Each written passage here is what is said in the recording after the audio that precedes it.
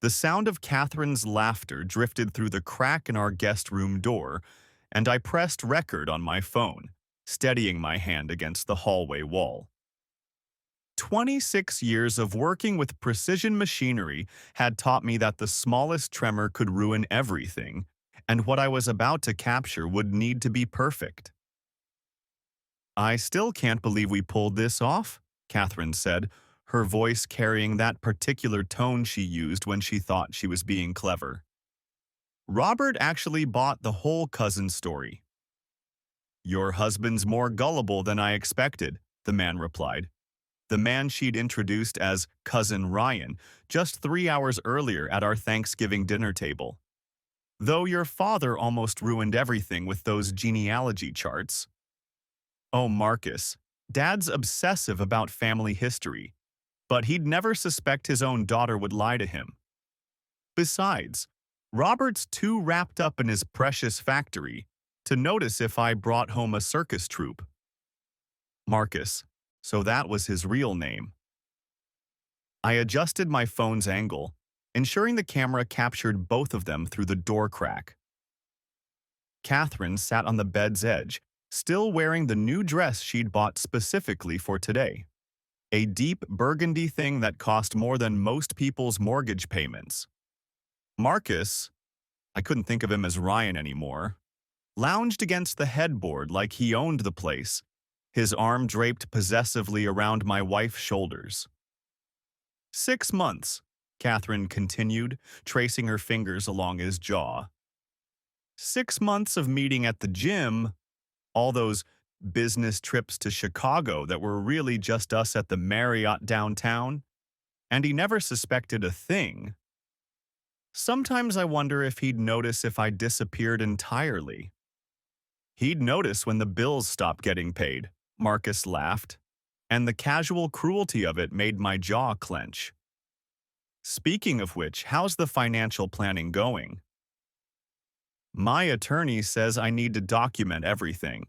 Every late night he spends at the factory, every missed dinner, every school event he skips for work.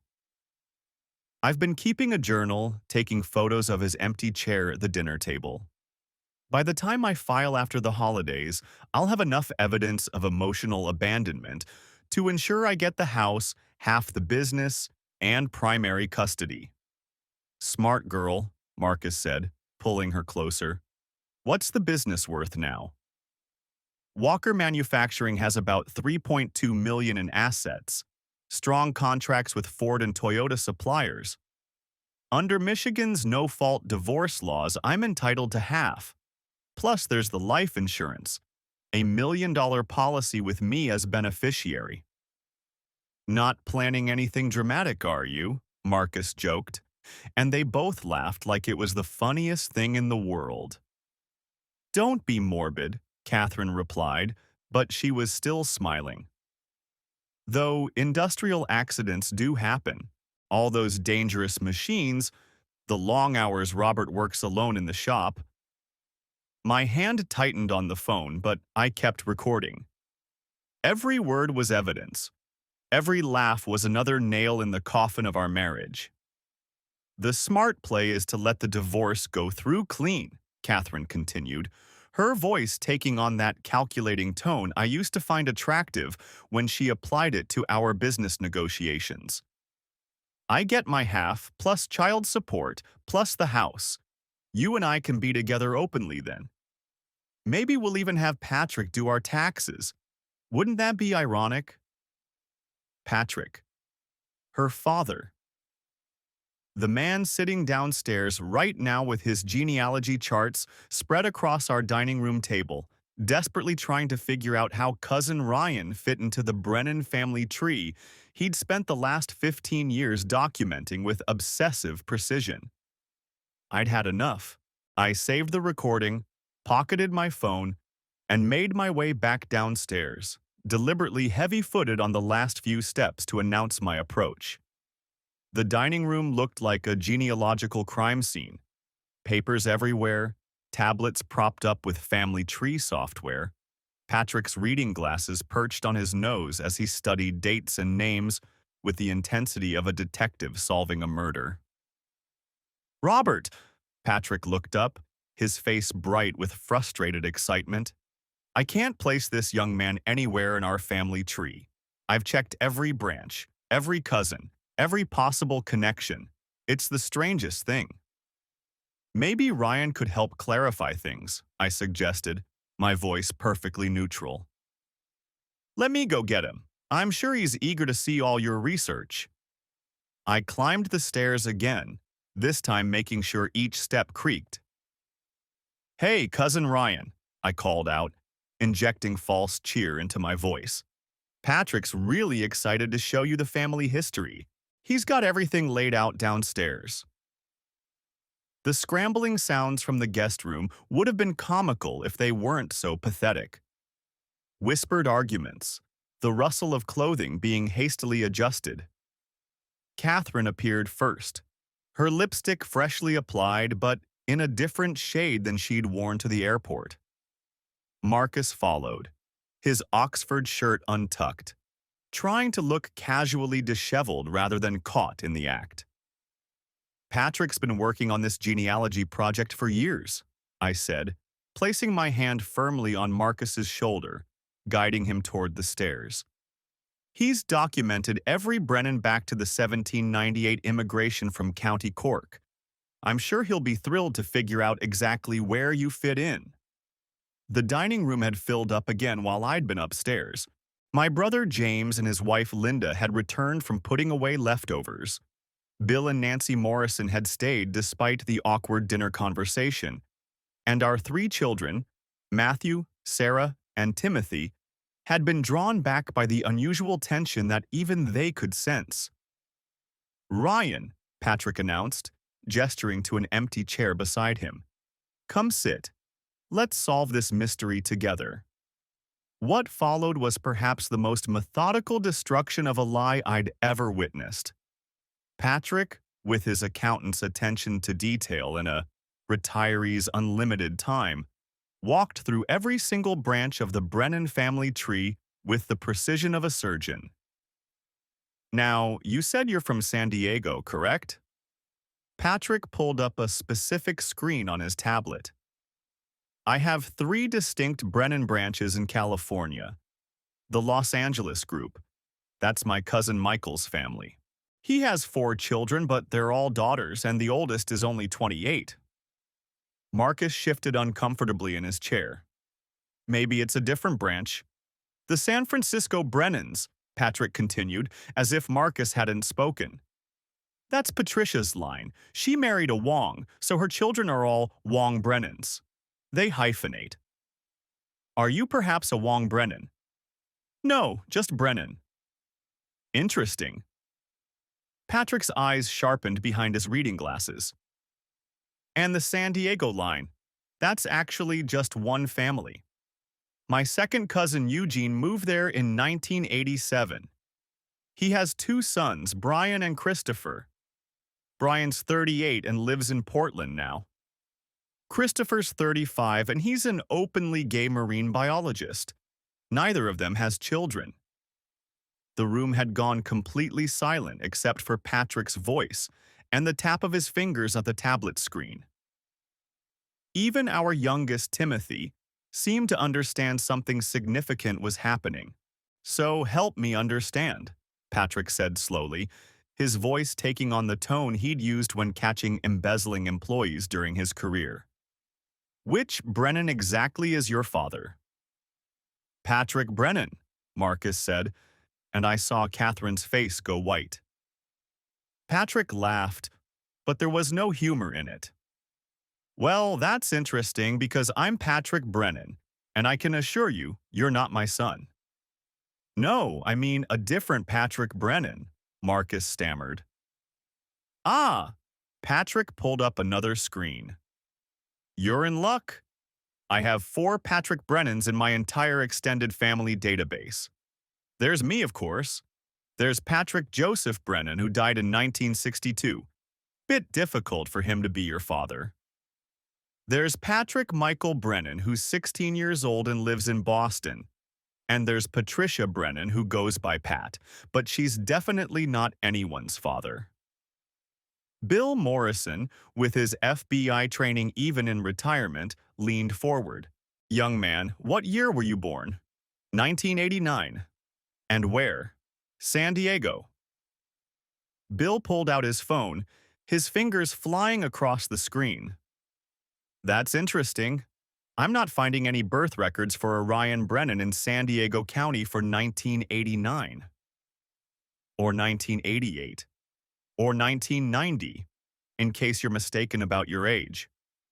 Matthew, my 17-year-old son who'd inherited his mother's intelligence but thankfully not her morals, looked up from his own phone.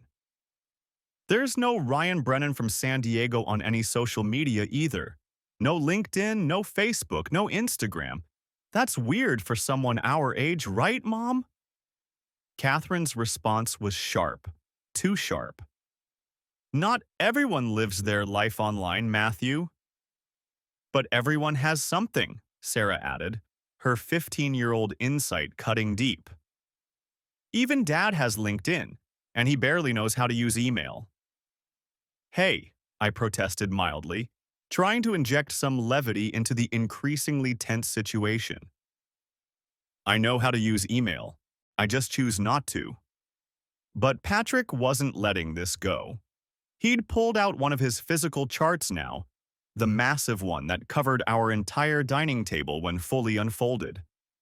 It showed every Brennan descendant for 5 generations, complete with photos, birth dates, death dates, marriages, and divorces. It was his masterwork, the thing he spent most of his retirement updating and perfecting. Show me, Patrick said to Marcus, his voice deadly quiet. Show me where you fit on this tree. Marcus leaned over the chart, his finger hovering uncertainly over various branches. I watched Catherine watching him, saw the moment she realized he was going to crack. She stood abruptly. Dad, this is ridiculous. Maybe there was a mix-up. Maybe Ryan's adopted, maybe… Sit down, Catherine. Margaret's voice was steel. My mother-in-law had been an elementary school principal for 30 years, and that tone had made hundreds of unruly children comply. It worked on her daughter, too. If he's adopted, Patrick said reasonably, then he's not a blood relation, which means he's not your cousin. So why introduce him as family? The silence stretched like taffy, sticky and uncomfortable. Timothy, bless his innocent heart, chose that moment to pipe up with the observation that would shatter everything.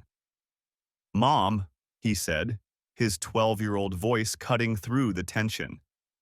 I saw Ryan's watch at dinner. Someone named Kate was texting him. Nobody calls you Kate except your friends from the gym. Is Ryan from your gym? The way Catherine's face crumbled told everyone everything they needed to know. But it was Marcus who broke first, probably because he realized he was surrounded by increasingly suspicious family members, including a former FBI agent and a man who owned a factory full of dangerous equipment. Look, Marcus said, standing up so fast his chair scraped against the hardwood floor. This has all been a misunderstanding. Sit down. Bill Morrison's voice carried the authority of 40 years in law enforcement. Nobody's going anywhere until we get the truth. The truth, Patrick said slowly, his voice shaking with barely controlled anger, is that you're not related to this family at all, are you? Marcus looked at Catherine, seeking rescue that wouldn't come. She was frozen, tears starting to stream down her face. Finally, his shoulders slumped in defeat. I'm not related to anyone here. The eruption was immediate and chaotic. Margaret gasped, her hand flying to her mouth. Nancy Morrison muttered something that sounded suspiciously like profanity. James moved closer to me. Whether in support or to prevent violence, I wasn't sure. The kids all started talking at once, confusion and hurt mixing in their voices. Then who are you? Patrick's voice rose above the chaos. Who are you? And why are you at my family's Thanksgiving table? He's, Catherine started, then stopped, then started again. He's my friend from the gym. Your friend? Margaret's voice was ice. You brought your friend to Thanksgiving and introduced him as family? I didn't think, I thought it would be easier. Easier than what? I asked, my voice cutting through her stammering. Easier than telling the truth? I pulled out my phone, connected it to the Bluetooth speaker we kept on the sideboard for holiday music. Since we're talking about truth, I think everyone should hear this. Catherine's eyes widened in horror as her own voice filled the room from the recording. I only played a portion, enough to establish the deception without exposing the children to the full extent of their mother's betrayal. I still can't believe we pulled this off. Robert actually bought the whole cousin story. Marcus's recorded response, "Your husband's more gullible than I expected." I stopped it there. The room was tomb silent. Patrick had sunk into his chair like someone had let the air out of him. Margaret was crying silently. The children looked confused and hurt, their world tilting off its axis. Catherine, Patrick's voice was barely a whisper. How could you? How could you bring this stranger into my home, to my table, and lie to all of us? It's not what you think. Then what is it? Bill Morrison's interrogator instincts had fully kicked in. Because what it looks like is that you've been having an affair, and you brought your affair partner to a family gathering under false pretenses. Catherine broke down completely then, ugly sobbing that would have moved me 6 hours ago, but now just made me tired. Through her tears and stuttered confessions, the truth came out in pieces. 6 months of deception, meeting Marcus at the gym, the hotel rooms when she was supposedly traveling for business, the elaborate plan to introduce him to the family as a cousin to normalize his presence in our lives. You were going to leave Dad for him? Matthew's voice was hollow, disbelieving. You were going to break up our family? It's complicated, sweetheart. No, it's not. Sarah's teenage clarity cut through Catherine's excuses. You lied. You brought him here and lied to everyone. You lied to Grandpa Patrick, to Grandma, to us. That's not complicated. That's just wrong. Timothy was crying now, confused and scared. Linda took him in her arms, glaring at Catherine with the protective fury of an aunt watching her nephew's world crumble. I think, I said quietly, Marcus needs to leave now. Marcus stood quickly, eager to escape. I'll just get my things. 2 minutes, I said. James, go with him. My brother nodded, following Marcus upstairs. The room remained silent except for Catherine's sobbing and Timothy's sniffles. When Marcus came back down, bag in hand, he tried to approach Catherine. Don't, I said, stepping between them. Just go. He practically ran to his rental car, leaving Catherine alone to face the family she'd betrayed. Patrick stood slowly, aged a decade in an hour. I need to go home, he said quietly. Margaret, we're leaving. Dad, please. Catherine reached for him, but he pulled away. Don't. Just don't. You brought your affair partner to my table. You perverted the family gathering I've hosted for 40 years. You used my genealogy research, my pride in our family, as a prop for your deception. His voice broke. I don't know who you are anymore.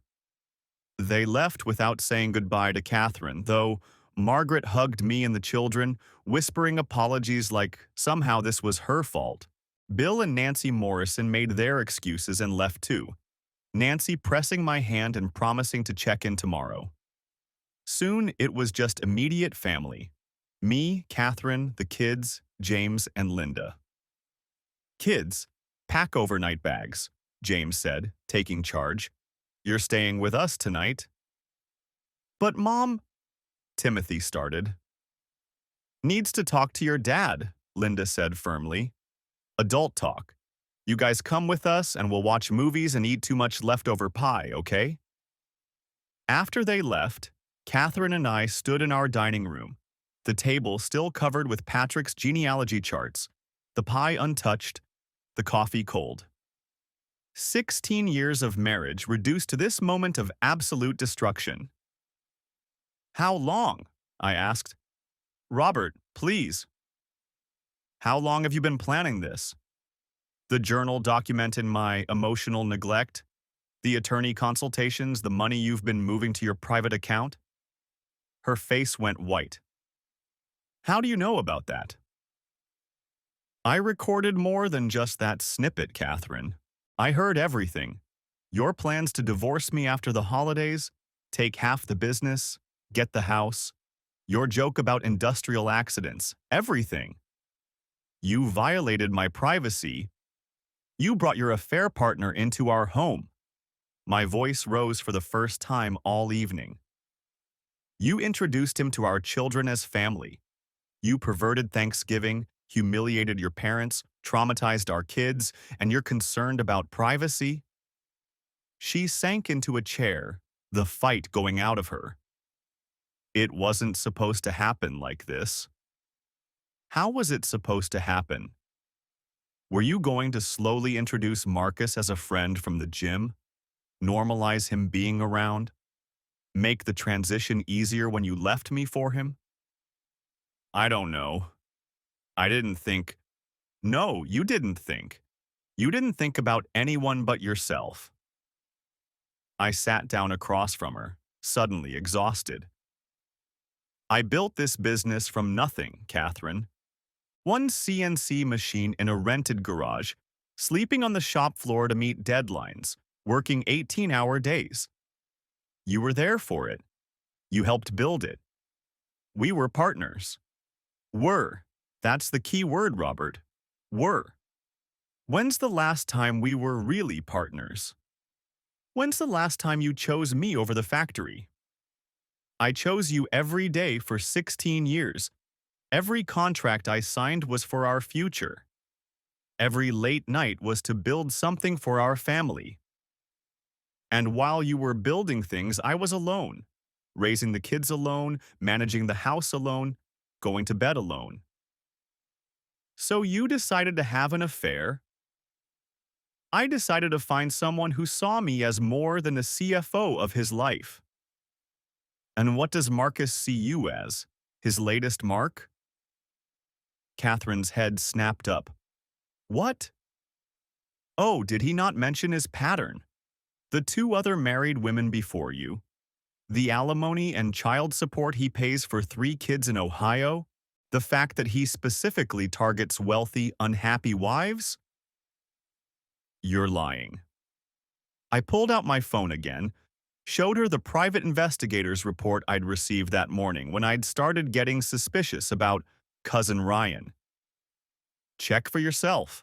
Marcus Hoffman, divorced 2018, previous relationships with married women documented on social media before he learned to hide his tracks better.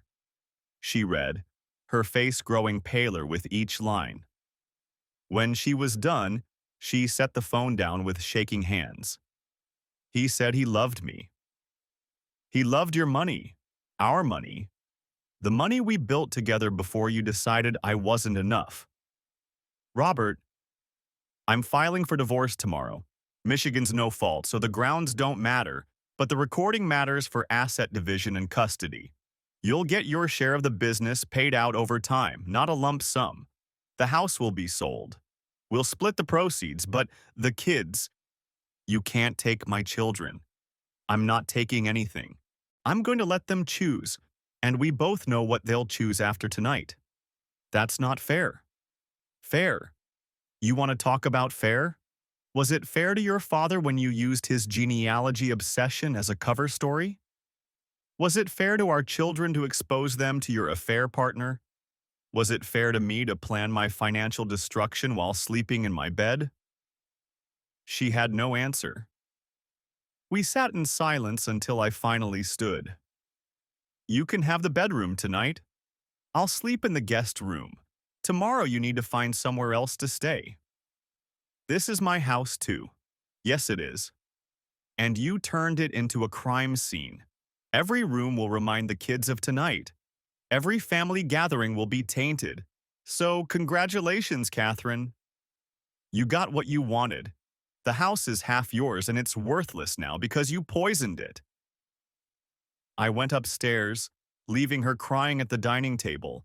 The guest room still smelled like Marcus's cologne, so I ended up in Timothy's room, sitting on his twin bed surrounded by Lego creations and soccer trophies, trying to figure out how to rebuild a family from ruins. My phone buzzed. A text from Matthew. Dad, are you okay? I wrote back. I will be. Take care of your brother and sister tonight. We know it's not your fault. I know, son. Get some sleep. But sleep didn't come. I lay awake thinking about the morning I'd had just 12 hours ago, before the world exploded. Catherine nervously preparing the turkey, insisting everything be perfect. Her new dress, the special trip to the salon, the energy that I'd attributed to hosting anxiety, but now recognized as anticipation of seeing Marcus. I thought about the signs I'd missed or ignored. The new gym membership 6 months ago. The sudden interest in yoga and wellness retreats. The password on her phone after 15 years of openness. The business trips that didn't align with any clients I knew. The distance in our bed that I'd attributed to stress about the kids getting older. At 3 in the morning, I gave up on sleep and went to my workshop in the garage.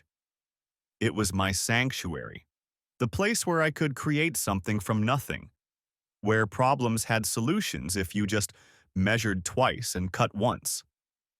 I started working on a jewelry box I'd been making for Sarah's 16th birthday, letting the familiar rhythm of sanding soothe my racing thoughts. That's where James found me at 6, having driven over before work. Figured you'd be here, he said, handing me a cup of coffee from the good place downtown. Kids are okay. Linda's making them pancakes.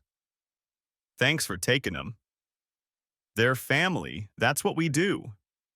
He watched me work for a moment. You recording that conversation was brilliant, by the way. I felt dirty doing it. Would you rather not know? Rather be blindsided by divorce papers after the holidays?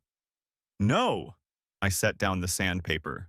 I just wish none of it had happened. Yeah, well, wishes and horses, brother. James picked up one of the jewelry box panels, admiring the grain. What are you going to do? Already called Michael Brennan. He's filing the papers today. The kids? They'll need therapy. We all will. And Catherine? Catherine made her choices. Now she gets to live with them. By 7:30, I was in Michael Brennan's office playing him the full recording. His expression never changed, but he took extensive notes. The recording helps, he said when it finished. Michigan's no fault, but marital misconduct affects asset division and custody. The deception, bringing the affair partner into the home, the financial manipulation. Judges consider all of that. What about the money she moved? We'll subpoena bank records immediately. If she's been transferring marital assets without your knowledge, that's fraud. Has she used company credit cards for the affair? I don't know. I haven't checked. We'll check. Every hotel room, every dinner, every gift. If she used marital assets or company funds for the affair, she'll have to pay it back. By noon, Catherine was served with divorce papers at her office.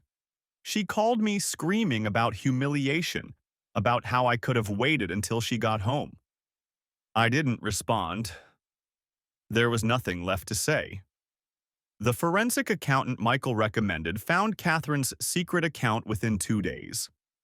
$60,000 transferred from our joint savings over 6 months, small enough amounts to fly under the radar during our busy season.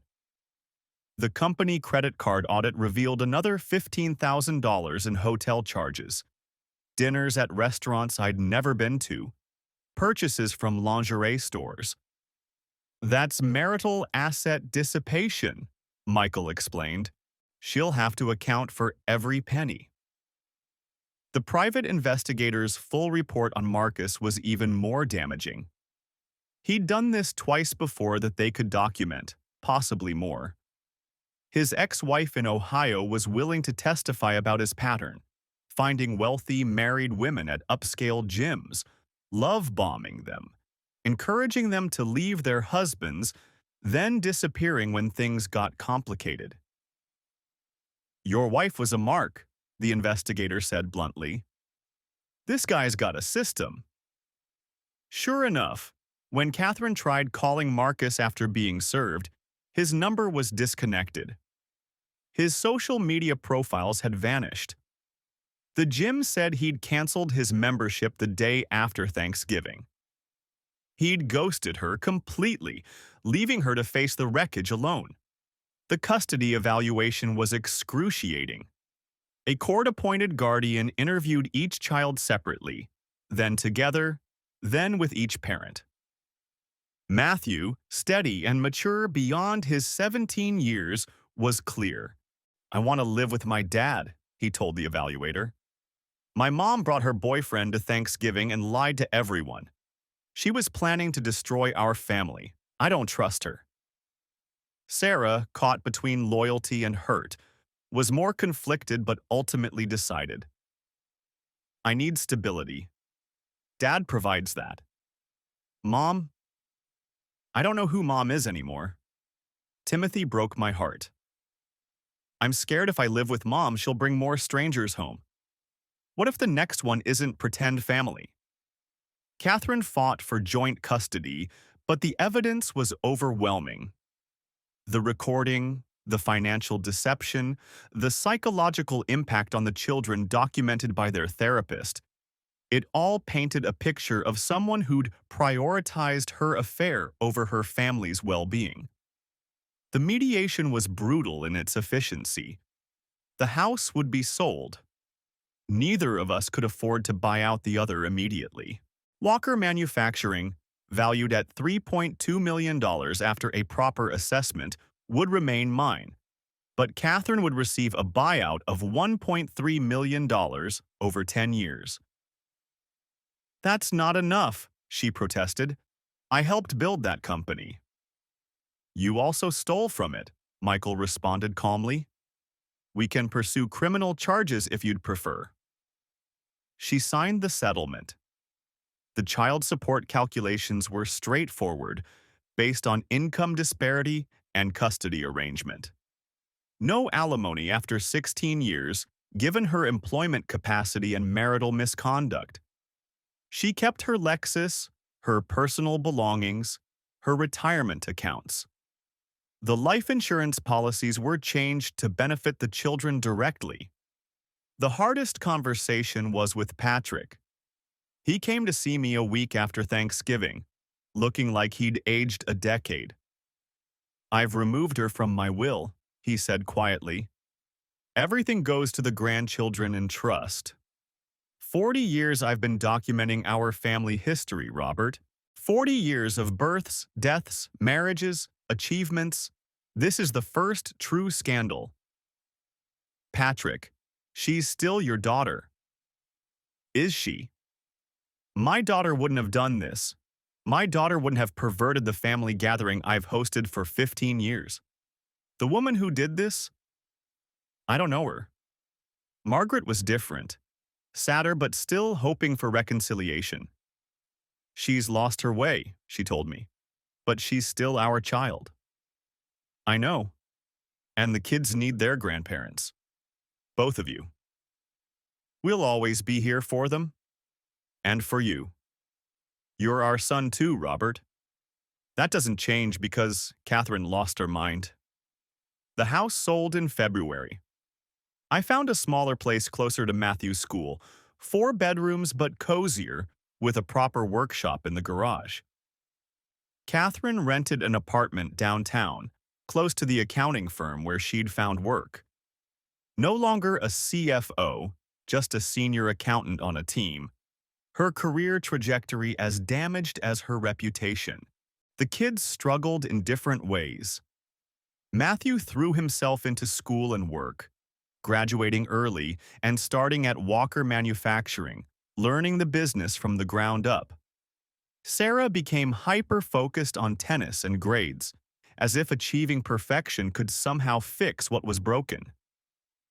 Timothy retreated into woodworking with me, finding peace in creating solid things that wouldn't betray him. The first Thanksgiving after the divorce, I hosted again. Smaller gathering. Patrick and Margaret, James and Linda, Bill and Nancy Morrison. Patrick brought his genealogy materials but also board games, trying to create new traditions that weren't poisoned by the previous year. No surprise cousins this year, James joked, and we all laughed. Not because it was funny, but because we needed to. Catherine texted the kids that day. Matthew didn't respond. Sarah sent back, "Thanks, you too." Timothy showed me the message, asking if he should reply. "That's your choice, buddy." He sent her a turkey emoji, and nothing else. The first Christmas was harder. Catherine had always been the Christmas parent. Elaborate decorations, perfect presents, matching pajamas for the family photo. I did my best, but the tree was crooked, the cookies were store-bought, and nobody wanted to take a family photo. "It's perfect, Dad," Sarah told me, squeezing my hand. "It's real." That became our new standard. Real over perfect. Honest over impressive. Genuine over performed. Catherine tried to rebuild her relationship with the kids through mandated visits.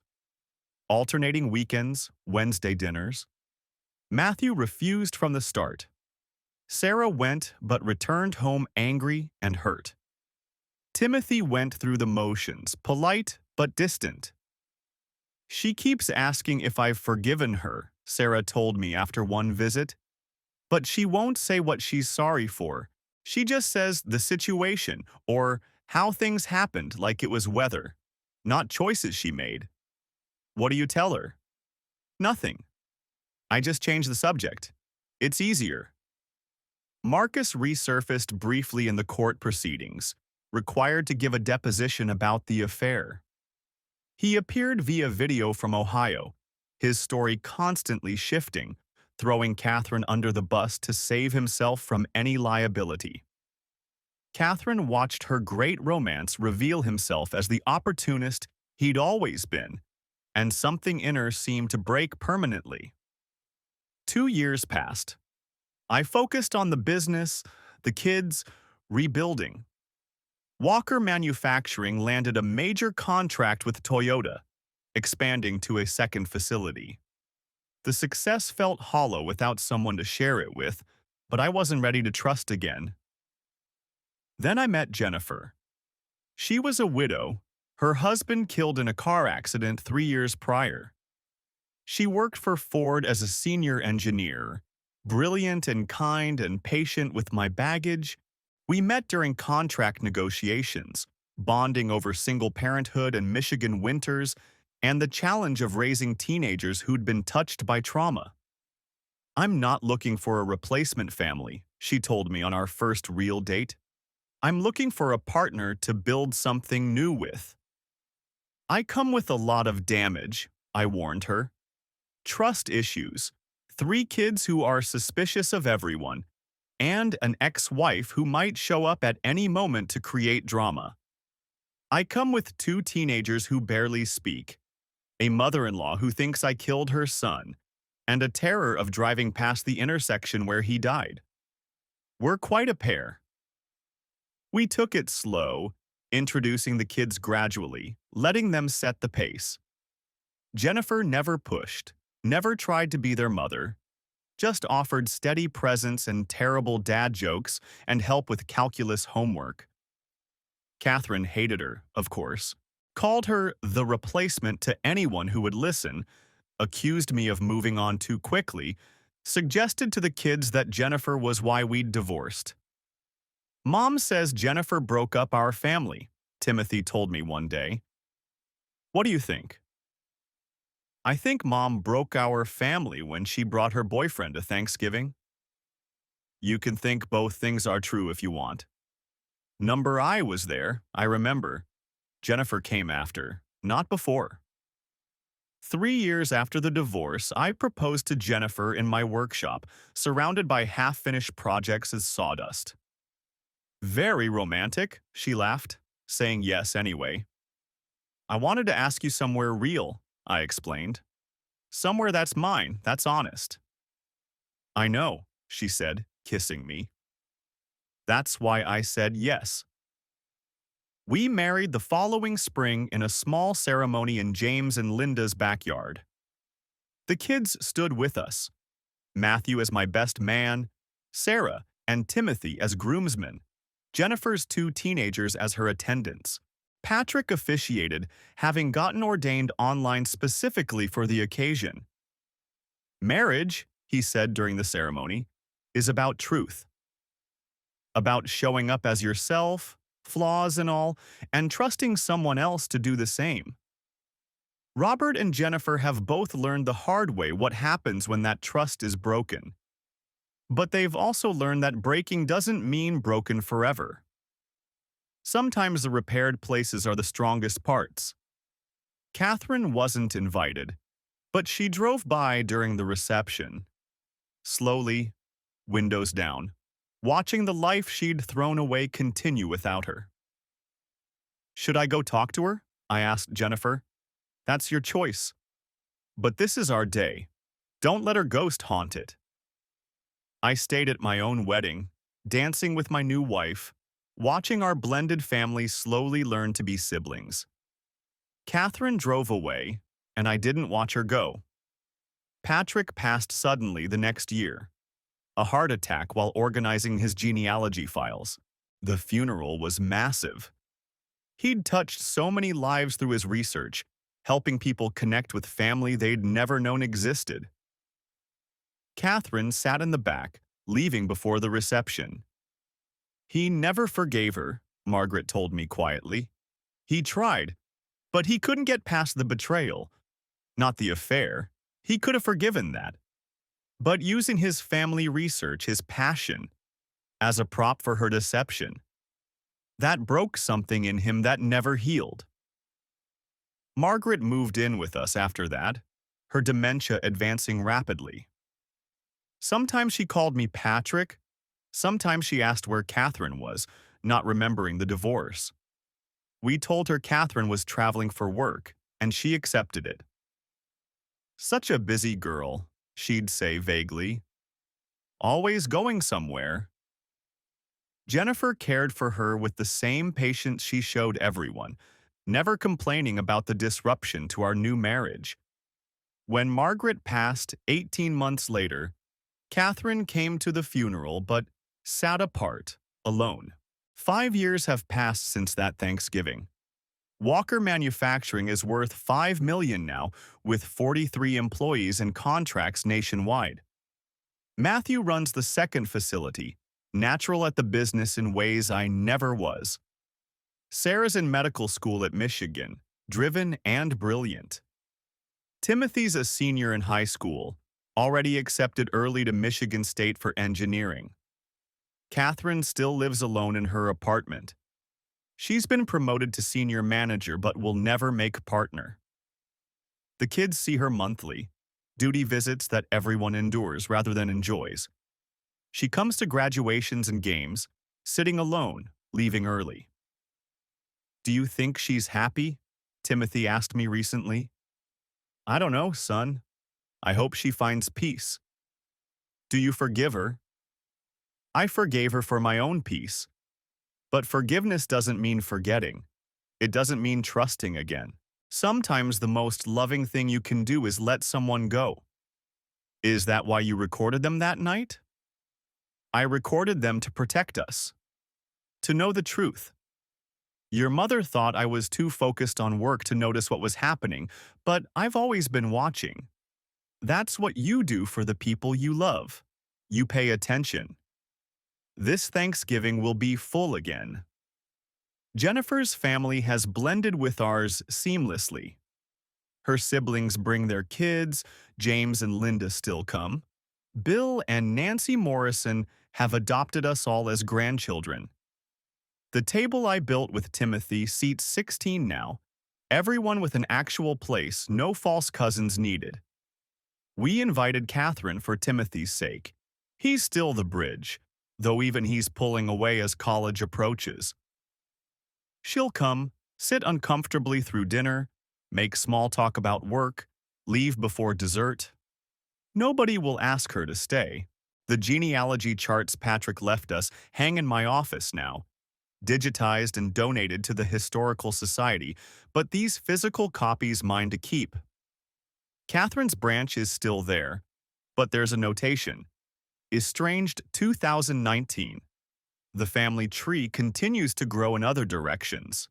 Matthew's engagement, Sarah's boyfriend who might be the one, Timothy's future stretching ahead bright with possibility.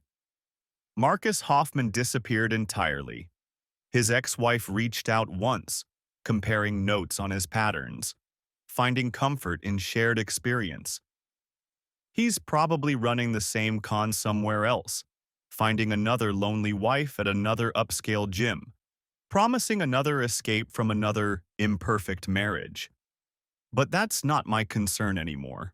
My concern is the cradle I'm building in the workshop, Matthew's first child due in spring.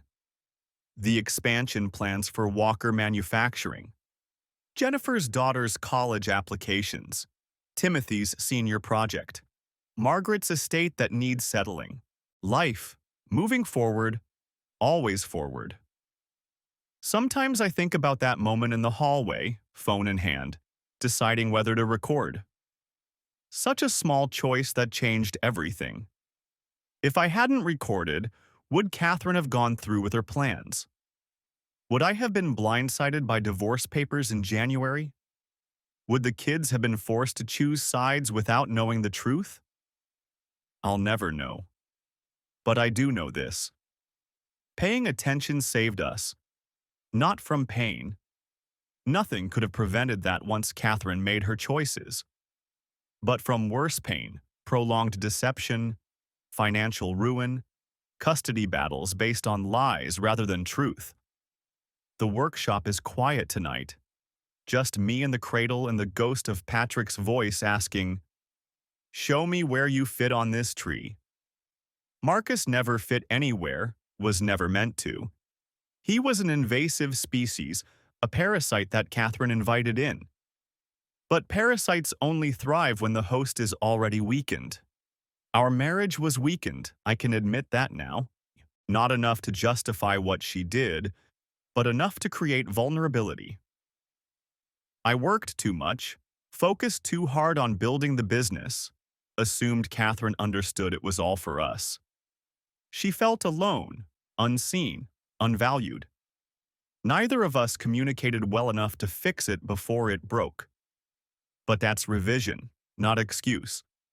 Plenty of marriages survive those challenges without affairs, without deception, without bringing fake cousins to Thanksgiving dinner. Catherine made choices, a series of them, each one taking her further from the life we'd built together. Jennifer understands this in ways a first wife couldn't. She knows the weight of building something new from broken pieces. Her first husband died with his mistress in the car, a trauma that took years of therapy to process. She knows betrayal comes in many forms, and death doesn't absolve it. "We're the Second Chance Club," she told me once. "We get to build something with full knowledge of how fragile it all is." The cradle is nearly finished now, just needs final sanding and stain. Matthew wants to help with that part, making it truly generational. Timothy's already planning a toy chest to match. Sarah's knitting blankets with Margaret's old patterns. We're creating new traditions from the salvageable pieces of old ones. Catherine won't be invited to meet the baby. That was Matthew's decision, firm and final.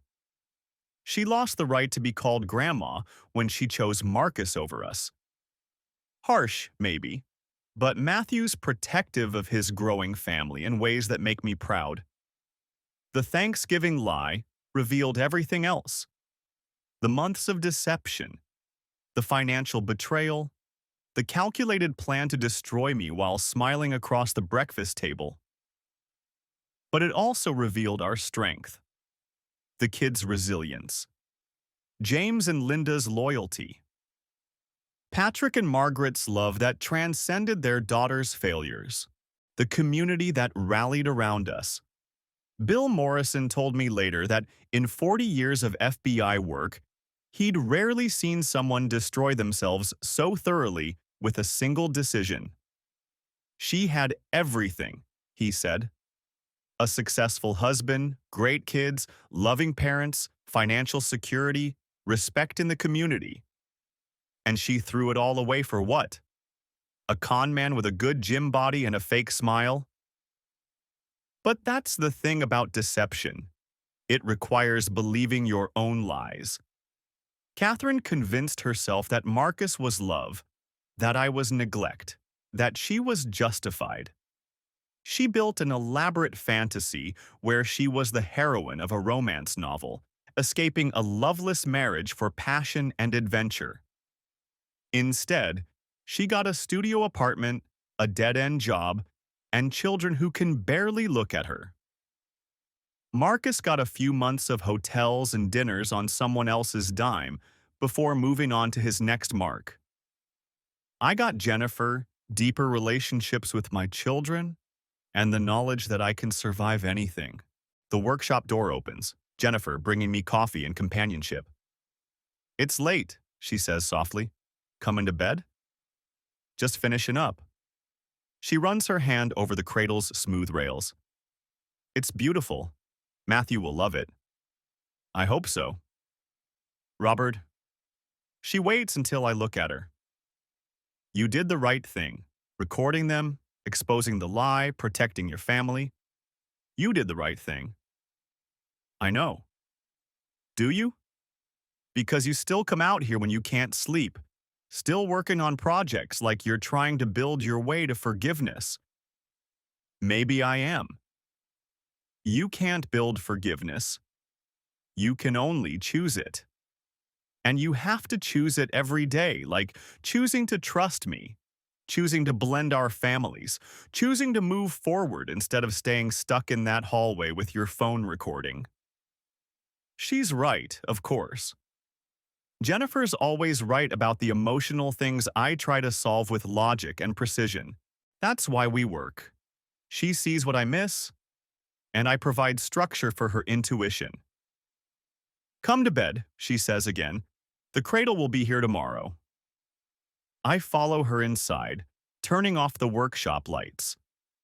Tomorrow there's Timothy's college visit, Sarah's video call from school, Matthew's wedding planning, Jennifer's work presentation I promised to review. Life, relentless and beautiful, demanding attention and presence. The phone that recorded Catherine's betrayal is long gone, replaced twice since then. But I still remember the weight of it in my hand, the moment of decision, the careful angle to capture truth.